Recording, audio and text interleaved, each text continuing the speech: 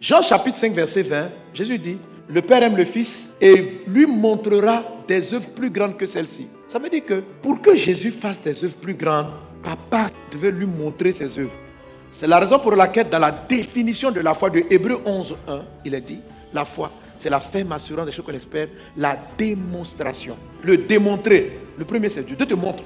Jésus dit, mon Père va faire de plus grands miracles, mais je ne peux pas les manifester, à moins qu'il ne me les ait montrés. Dieu te montre et toi tu reflètes ce qu'il t'a montré. Et en même temps, la chose arrive de manière instantanée. Pour que la foi naisse et qu'elle se perfectionne, qu'elle devienne visible, il faut que tu gardes les regards sur un aspect spécifique de Jésus. Jésus est tout.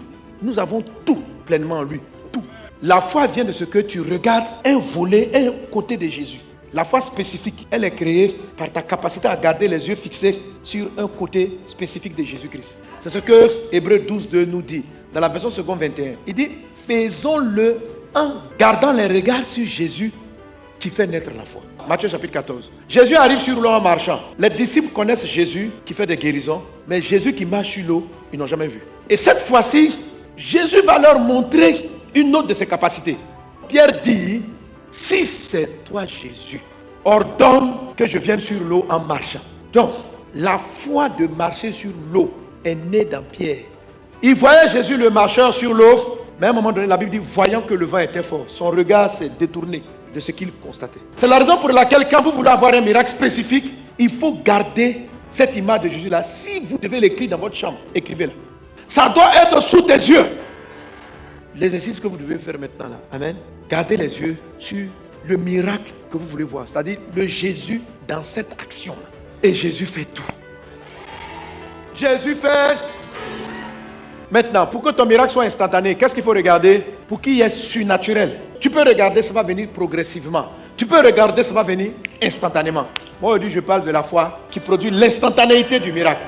Quelle que soit la situation, il faut regarder Jésus élevé au-dessus du naturel. Le jour où tu perds cette vision de Jésus élevé, que tu vois Jésus naturel, tu ne peux plus avoir le prodige. Le côté miracle n'arrive plus. Quand je veux avoir l'instantanéité, je dois voir Jésus élevé. Jean chapitre 8, verset 28. Jésus dit, quand vous aurez élevé le Fils de l'homme, alors vous connaîtrez ce que je suis. Ça, c'est un de mes passages préférés. Dieu m'a beaucoup parlé avec ce verset.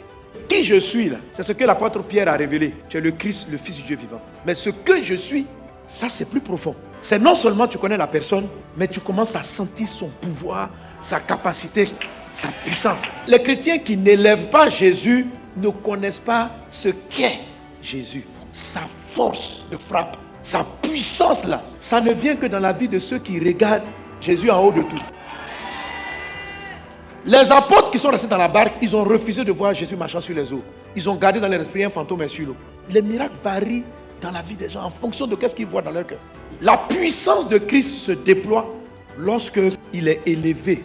Mais lorsqu'il est humanisé, tu n'auras pas de miracle. Ta vie serait une vie de chrétien ordinaire. Au lieu d'avoir un miracle instantané pour te marier, là, il va prendre son temps. 1 an pour le connaître. 2 ans. Toi, c'est fiançailles, hein? 4 ans. Donc ça, c'est le naturel. Alors, si tu naturalises Jésus, tu auras des miracles naturalisés. En fait, ce ne sera pas des miracles. C'est ce qui s'est passé avec les parents de Jésus. Ce n'est pas qu'ils ne croyaient pas en Jésus. Quand Jésus est arrivé, la Bible dit en Marc chapitre 6, nous avons entendu dire que tu fais des miracles. Donc, ils savaient qu'ils faisaient des miracles. Ils disent, est-ce que les mêmes miracles que tu as fait ailleurs, tu peux les faire dans ta famille? Donc, ils s'attendaient à des miracles. Maintenant, regarde comment ils regardent Jésus. Ils disent, n'est-ce pas le fils de Marie? Ils ont commencé à le naturaliser. C'est pas Joseph, son papa, et ses sœurs ne sont-elles pas parmi nous? Et il était pour eux une occasion de chute. C'est une chute parce que vous quittez le Dieu du miracle. Il ne voit pas Jésus élevé, il voit Jésus humain. Tu fixes le regard sur quel côté de Christ? Sa vie naturelle ou sa vie surnaturelle?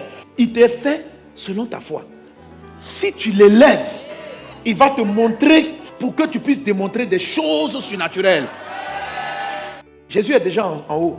Mais à moins que toi, dans ton cœur, Jésus soit le plus grand. Le caractère d'élever Jésus est celui qui nous donne accès à l'instantanéité, au bon, au tout à coup, soudain, brusquement. Au changement brusque. Que la faveur de Dieu soit sur toi. Tu es béni au nom de Jésus. Tu es béni au nom de Jésus. Alors tu vas te lever avec moi et tu vas prier. Tu vas dire, Seigneur, je veux garder les yeux sur toi, mon Dieu élevé. Élève la voix. Nous voulons voir. Nous voulons voir Jésus élevé. Comme un étendard sur ce pays. Pour montrer